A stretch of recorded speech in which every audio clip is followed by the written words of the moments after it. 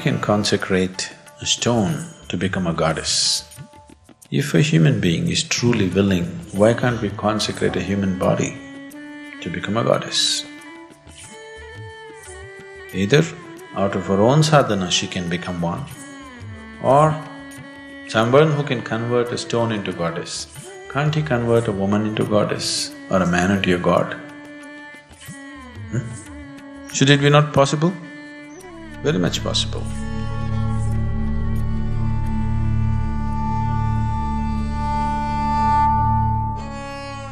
You know my great-grandmother. People used to say, she is a devil of a woman. When I saw her, she was over 100 years of age. They called her a devil of a woman not because she ever did any harm to anybody, but she had a laugh.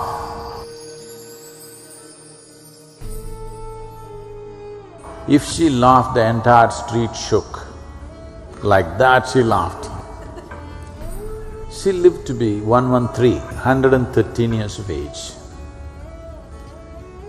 She was married into a very rich family, a big land-holding family.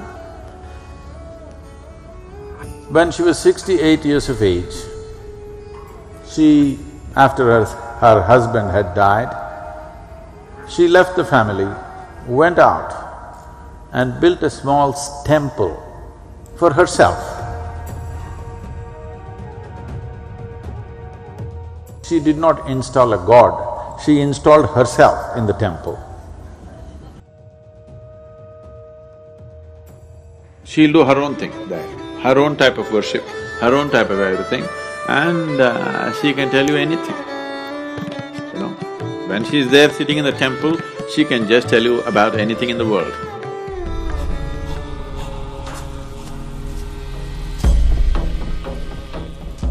You know the history of Europe, where spiritual process was so widespread and how systematically it was uprooted and thrown out when they wanted to establish an organized religion.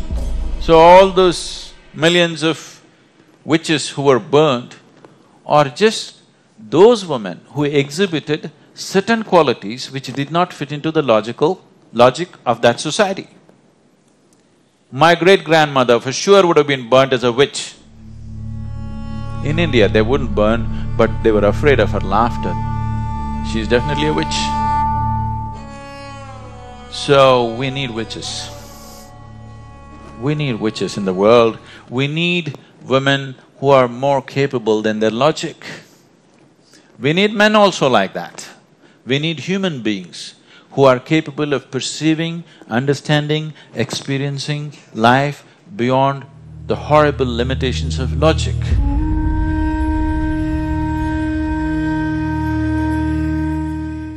I want to at least produce 3 to 5 real Devis, really, I mean flesh and blood women, to convert them into true goddesses of different qualities. And people can experience them as such. We have enough people with sufficient energy, we just have to put them through certain processes to get them there. In energy, they are there. It is just that they don't have an understanding of their energy to make it in a certain way. They're just loosely energetic right now. We can easily turn that around.